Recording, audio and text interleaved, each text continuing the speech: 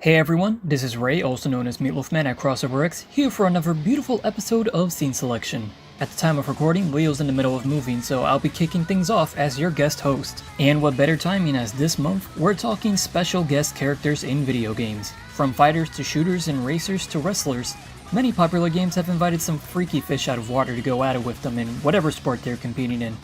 Sometimes they might even be the key to victory. Other times they just make us wonder, who invited this guy? They invented Pac-Man?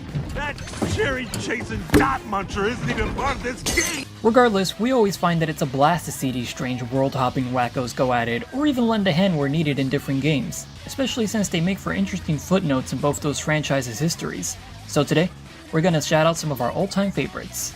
So, guest characters. Where do I begin? Video games have had a ton of unexpected additions to their ever-expanding rosters over the years. Stand-up comedians, food mascots, cars. The possibilities are endless, and one can only imagine it can get even weirder and wilder from there. And so it has. Like really, who would have ever thought that characters like Vader or Yoda would come to Soul Calibur, or that someone like Negan would duel with Akuma or Noctis in Tekken? It's nuts, and fighting games aren't the only place you can happen upon these coveted copyrighted cameos. Look at games like Fortnite. Yeah, I know, Fortnite memes. Well, when you're done with your daily dose of unfunny cringe humor, when you actually look at the scope of how many crossovers this game has made with other multimedia franchises, it's legitimately insane.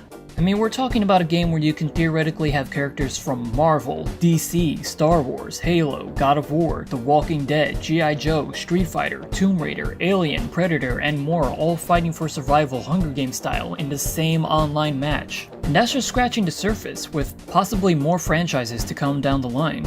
We're one step closer to having the ultimate showdown of Ultimate Destiny actually becoming somewhat of a reality, mixed in with those Hunger Games simulators you have to see screenshots of online. These guest appearances are actually part of the reason I started playing this game. You know I can't turn down what's probably a once-in-a-lifetime opportunity to have Master Chief and Kratos team up to kick some ass on the Nintendo Switch. That and it's just a genuinely fun pastime to play with my friends. It's also helped me get through some very dark and depressing periods of my life during the pandemic, which is kind of funny to think about given it's a shooter survival game. And I really owe it to the addition of these guest characters for helping me get through some of the toughest months I've had to experience personally. The island in Fortnite in general is also beautiful to look at once you have a moment to stand around and really examine everything. Of course, it's obviously not the most realistic or impressive looking scenery in video games, but as someone who hasn't been able to hit the road or go on any kind of vacation outside of my hometown in such a long time, it's nice being able to take a moment and just stand around and be a goofball in a serene environment with all my friends and teammates. Though I digress, we're here to talk about guest characters, and I'd be remiss not to bring mention to what is perhaps, in retrospect, my favorite guest addition to a video game ever. It's definitely not going to be everyone's personal favorite. Heck, for some it probably won't even be considered the most groundbreaking guest character from this particular game. But it holds a special place in my heart, and I do believe their inclusion was pretty important for what would come from the series from here on out.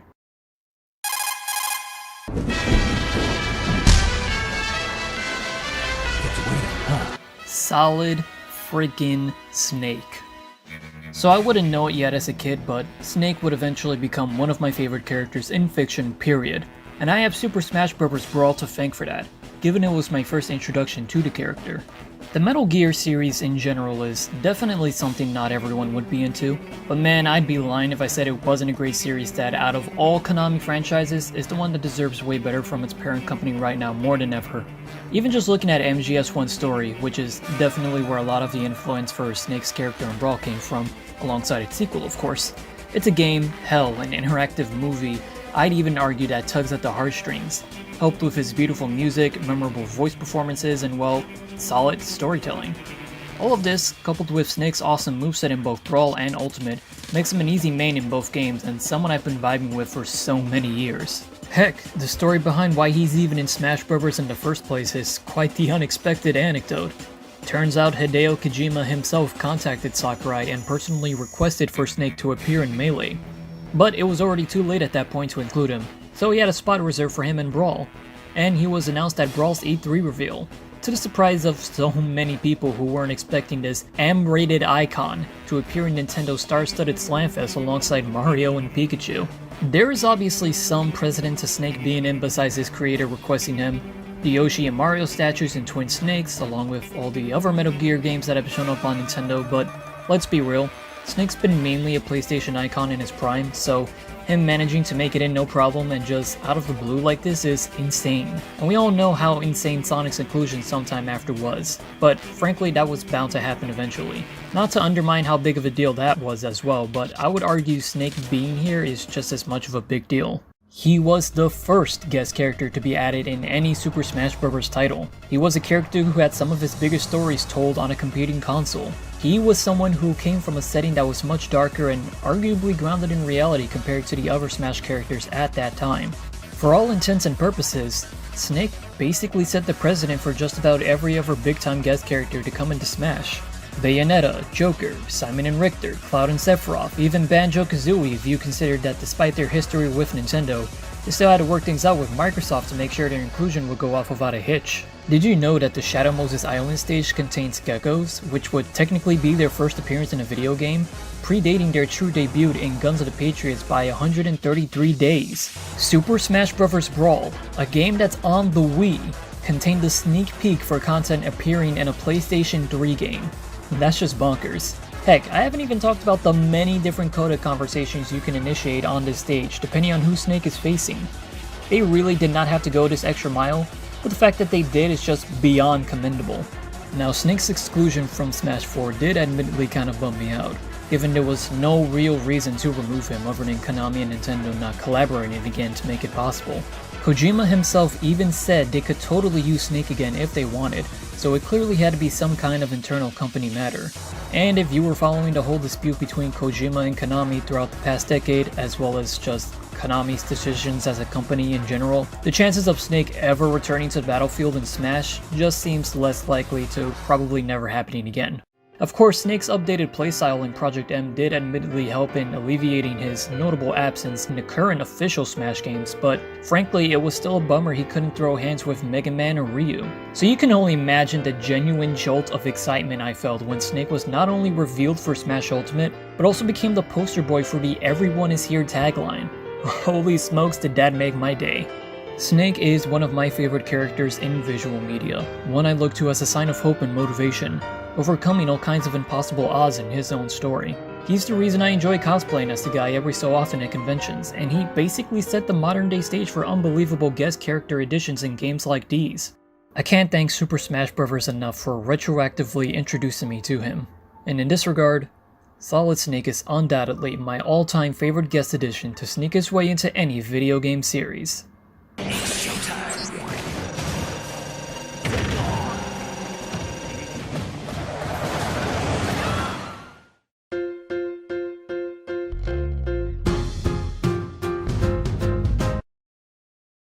Fighting games are no stranger to crossovers. Entire fighting game series are based off the fact that they're a crossover, like Marvel vs. Capcom or Super Smash Bros.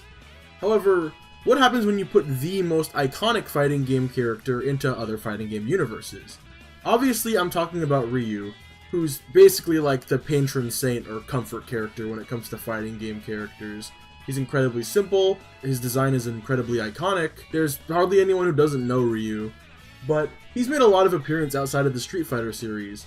Obviously, there's the Marvel vs. Capcom series and Capcom vs. SNK series, where Ryu is the poster boy of his company. Obviously, he's also in Smash Bros., and his reveal probably would have gotten me the most excited for a character in Smash 4 had it not unfortunately been leaked. Seeing one of my favorite franchises being represented in my favorite video game was honestly just really nice. For in-house games, Ryu and a lot of the other Street Fighter cast has crossover with Mega Man in the aptly named Mega Man Cross Street Fighter game, where he's a boss. I mean, Mega Man uses Hadouken and Shoryuken a lot, so this was sort of inevitable, company aside. And of course, there's Ryu in Fortnite. But I think the most entertaining crossover that Ryu has been to me is where he crossed over with Family Guy and American Dad in a web-based Flash fighting game. It's licensed by Capcom. It's not like Family Guy, Seth MacFarlane art style Ryu. It's literally Ryu's sprite in the Family Guy universe. It's kind of weird they went all out for a Flash game realistically 10 people probably played, but you can say that Ryu has indeed fought Peter Griffin and Joe Swanson. He's even fought Obama. Like, there's a mobile game where Obama is a guest character. Yeah, but Ryu's hopped around a lot of different game worlds. I'd say for as simple as he is, the fact that he kind of is Mr. Fighting Game and is constantly jumping around different games is what makes him kind of cool to me. Whether it be settling it in Smash, fighting Marvel's finest, or getting that victory royale, there will always be a Ryu somewhere waiting for his next challenge.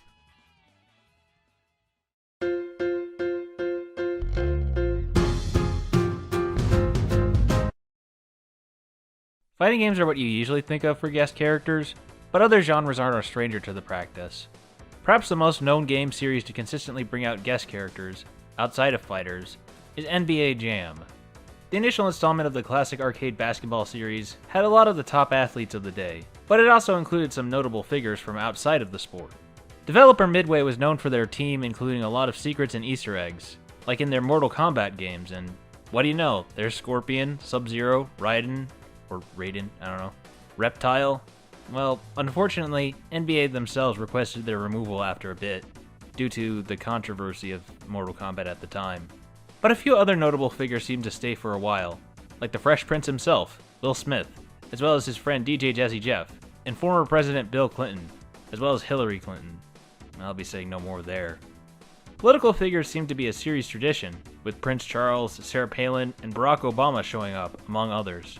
Not as odd as Obama throwing down in Street Fighter, but still interesting. Some other musical legends got in on the game as well, like George Clinton and, in one of the most recent installments, the Beastie Boys. Two missed opportunities that they tried out were Bart Simpson and Godzilla. Yes, perhaps even before the most famous kaiju fought Charles Barkley, he may have had a shot here. I guess they couldn't get the license. Michael Jordan wasn't even in most of the games, just the bull on his jersey. We got universal monsters like Frankenstein, the Wolfman, and the Creature from the Black Lagoon in NBA Showtime, at least.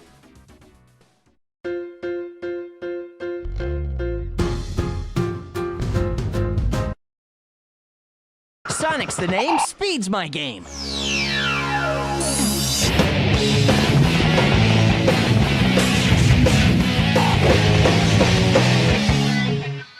If you were to ask me what characters I main in Smash, my top answer would be Bowser, since I usually tend to gravitate towards heavyweight super armor characters in fighting games.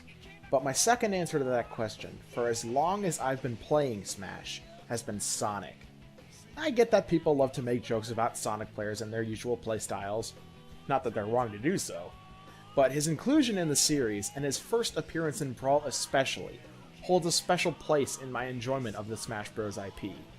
Now, this all might be sounding a little familiar, and yes, I know Ray already gushed about Snake earlier in the video, and he even preemptively poured a little water on my entry, but personally, I'd argue that Sonic's addition to the Smash roster back in Brawl is a landmark moment for the series as a whole, specifically for what it said about what Smash Bros. Had become. Prior to Brawl's public development updates, promotional materials, and eventual release, Smash was still a Nintendo fighting game at its core.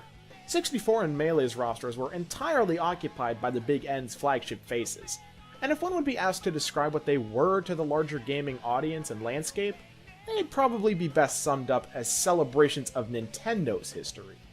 But all of that changed with Brawl when Sonic, freaking Sonic, was included in its roster among the colorful cast of Nintendo reps. And Snake.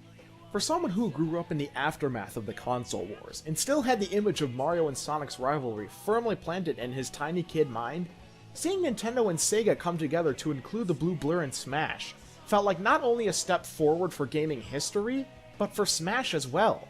It wasn't just a celebration of Nintendo's history anymore, it was a celebration of the entire industry, and the art of video games as a whole, and it opened up the floodgates for more icons of gaming to eventually make their way into the ranks. Now, I'll freely admit that the impact of Sonic getting into Smash was initially such a big deal to me as a kid because I had grown up on Sonic more than most other series. I was an avid reader of the Archie comics growing up, and Sonic Colors was one of my favorite games to play on the DS back in the day. So when my family got a Wii and eventually Brawl, it comes as no shock that I gravitated toward him. Going from Bowser to Sonic back then was like upgrading from a broken skateboard to a fighter jet, and it really felt like they captured the raw speed and thrill of Sonic's best games in his playstyle. I know more about his development in hindsight, obviously, and his moveset is one of the least interesting and representative of his series in the whole of Smash. But I personally don't mind it. His inclusion has still gotten us a really cool stage and Windy Hill Zone alongside some seriously kick-ass music. For real, if you don't think a game of Smash hits different when music like Live and Learn or Open Your Heart is tearing it up in the background, I don't think you qualify as human. Through all the new additions to the roster and the ups and downs of my life in the time since I was a naive kid flailing the Wiimote and nunchuck at my TV screen, not even knowing how to shield or grab, I'm still loving Sonic's inclusion in Smash all these years later. And that's fun enough for me, even if it's no fun for my friends. But hey, what can I say? They're just too slow. Gonna be PP Pants City here, Raiders. I'm just screwing around, man. A baseball bat doesn't have a pussy. Get the hell out. What gave you one less mouth to feed? And by looking at it, that mouth did some major damage.